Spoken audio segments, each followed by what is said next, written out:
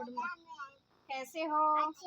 आज की एक्टिविटी में क्या करेंगे? परछाई का खेल। परछाई का खेल। हाँ। तो आपको दिख रही है आपकी परछाई? हाँ। कहाँ पे है आपकी परछाई? ये है तन्नू की परछाई कौन सी है? बड़ी। हाँ, और ऋषि की परछाई कौन सी है? छोटी। ठीक है। हाँ। हाँ, दोनों को अपनी परछाई दिख रही है। हाँ। अपने परछाई में अपने हाथ खड़े करो। ये क्या है? हाथ। हाँ, हाथ की परछाई। किसकी परछाई है? हाथ की। हाथ की। तो हमारे पास क्या है? हमारे पास बुक। नहीं, आप दिखाओगे। ये किसकी परछाई है? देखो, पकड़ो। ये किसकी परछाई है? ये किताब है। हाँ, किताब की परछाई। हाँ, कहाँ दिख रही है? किताब की परछाई। और ऋषि को किसकी परछाई दिख रही है? बॉल की। कहाँ दिख रही है?